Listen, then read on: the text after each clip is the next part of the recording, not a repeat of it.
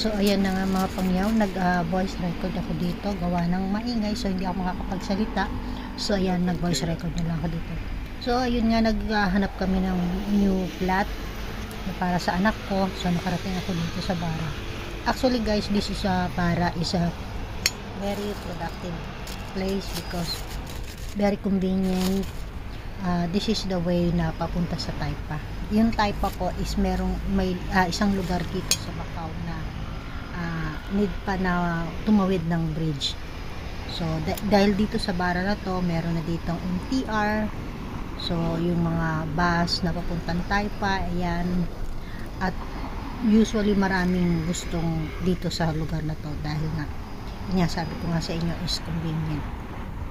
At saka yung yung place napakalamig. Malapit po siya sa sa dagat, sa sea. So ayan, kung makikita nyo, yan yung may contraction dyan na ginagawa na MTR, yung train na. So pauwi na ako dyan dahil tinignan ko yung isang plat dyan sa parting yan sa Bara. So ayan po, ang tawag po dyan sa lugar na yan is Bara, Roa de Bara.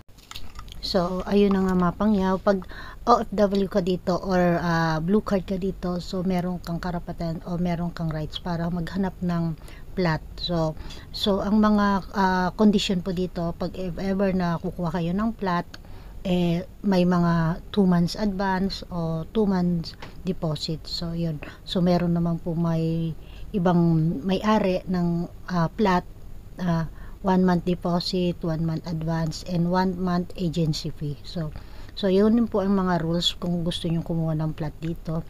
So usually po yung mga gustong kumuha ng plat, so kailangan mo talagang mag-waste ng money na napakalaking halaga. So it depends na lang po kung magkano yung makukuha yung plat. Kung depende rin sa style or sa ganda ng, usually dito sa Bara, yung mga bahay or plat nasa 4,008, 4,500, 5,000, 555, mga ganun. So kung yung mga magagandang building or yung napaka high class na mga hotel or plat, so yun din po mga expenses na yun, mamahalin na yung mga ganun. Pero yung mga ordinaryong plat lang, so yun nga, meron na po kayong option na kung magkano is nasa 4,800, 4,500, 5,000, 5,500 or more. Yung mataas na is 6,000 or 6,500 or 7. So yung mga talagang napakagaganda na talagang kala nyo is na hotel style hotel na, so yun po mga nasa 8,000 or 9,000. So depende na lang po kung sa anong ganda nung kukunin yung plat. So yun nga po, binigyan ko na kayo ng counting information or counting tip para kung sakaling gusto nyo maghanap ng sarili nyong plat. So yun, meron din naman po dito may mga Pilipino na nagbe-bed space. So yung mga bed space po yun mga nasa halaga rin ng, pag nasa baba ka, so mas mura, mga pag nasa baba is mga nasa 800, pero pag nasa taas, so mas mura kasi nga taas. Yun yung sinasabing double deck. So sa baba 800, sa taas 550, mga ganon. So meron naman pong, depende naman po sa red. So 2 room, living area, kitchen, and this one. toilet. How many bedroom? 2 room. And this one.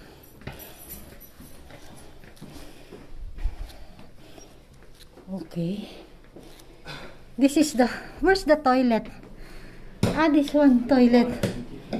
Together with kitchen.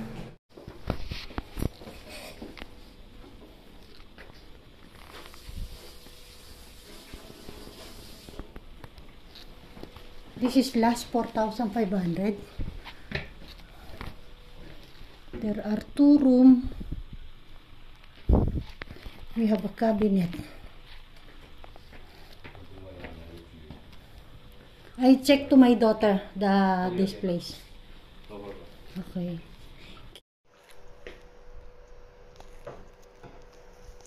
Yan, ito.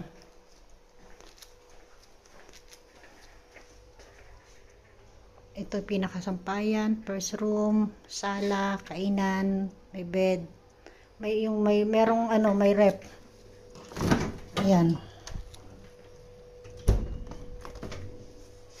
Tapos, ayan, may cabinet na rin. Konting ayos lang. Ayan. Ayan, ito yung pinaka-kitchen. Ito yung washing. Ito yung pinakalutuan. Ayan. Ayan. Ito yung pinakalutuan. Lilinisin lang. Tapos ito, yung ano daw niya dito, yung tubig, electric. Ito yung pinakabanyo. Ayan. Ayan. Second room.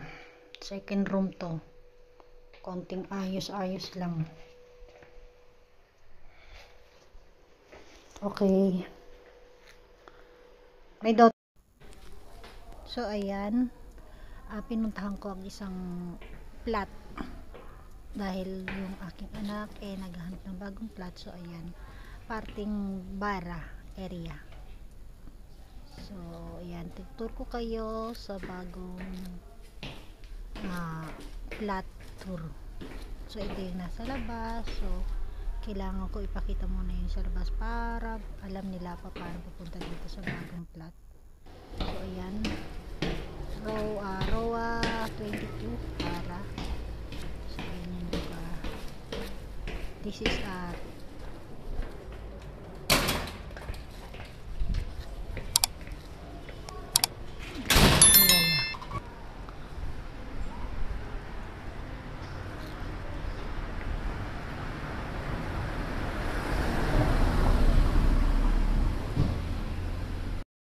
Ito Mia, oh.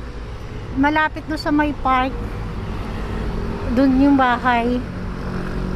Ito. Ito na yung Bara.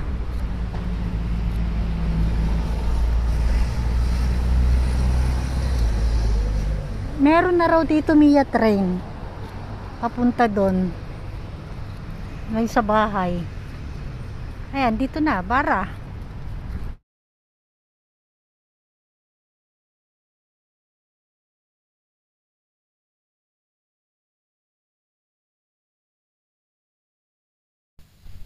So, ito, another travel na naman. So, yan, papunta naman to sa Hong Kong to Macau. I mean, if you going in Hong Kong by bus, so ito yung way na papunta dun sa Zhuhai going to Hong Kong. So, yan. Binabaybay ko na po yan. Going road in Paichike. So, ito po yung way na papunta ng sinasabi sa inyo na kung gusto nyo papuntang Hong Kong, so kung gusto nyo ng bus, ito. So, meron din naman pong two option, bus and ferry boat. So, ang ferry boat, so dun sa dagat, so hindi ako mas ako dito, komportable ako pag may bus. So, kung magbabas kayo, Macau to Hong Kong, just only 65 Macau money. So, napaka cheaper at talagang napakabilis. Instead na magpe-ferry boat kayo, so almost 45 or 1 hour na magta-travel kayo by boat at ferry boat. So, it worth 150 or 200. It depends. Because mas cheaper in the night or very expensive in the day. So, ayan na nga po. Papunta na po to ng Zhuhai, puntang Hong Kong na yan. Ayan, binabaybay ko na yung long bridge na Macau to Hong Kong. Pupunta ako ng Hong Kong dahil nandun yung aking grandchild at saka yung son-in-law ko, saka yung kapatid ng son-in-law ko. So, I will dropping there. So, nung nagkaroon lang ng konting hassle problem, so it's okay. So, yan, galing pa ako niya ng work. So, hapon na po yan. It's about around 5 PM. So, yun nga po, sabi ko sa inyo, napakabilis lang ng travel Macau to Hong Kong. So, almost it depends na sa driver yan kung gaano siya kabilis or mabagal. So normally ang ano ng biyahe pag ganyan, normal ang takbo ng biyahe nasa 45 minutes. Sometimes nasa 30 minutes lang pag yung driver is kaskasero or mabilis mag-drive. So ayan. So kung makikita niyo yung weather, mga pangyaw, napakapagi, puting-puti yung paligid. So napakapagi at na weather change na po kasi yan, kaya ganyan na. It's pagi. So coming summer, makikita nyo napakaputi. Yan, binabaybay na natin yung napakahabang tulay na papuntang Hong Kong.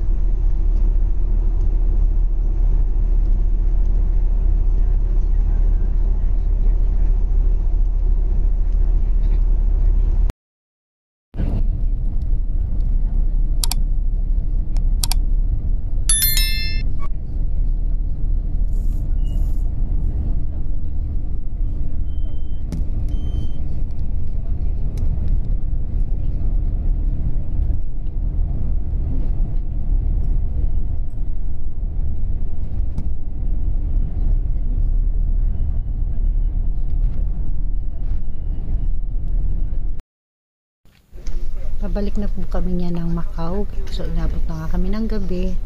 So ayan, nakikita niyo yung aking apo. Ayan, may nagre-reflect sa salamin yung paan ng aking apo ko yan. So nasa kabilang side siya. So patulog na rin ang apo ko dyan. So ayan, gabi na po yan. Pabalik na kami niya ng Hong Kong to Macau. Maraming salamat mga pangyaw sa panonood. See you next vlog. Thank you. Bye bye.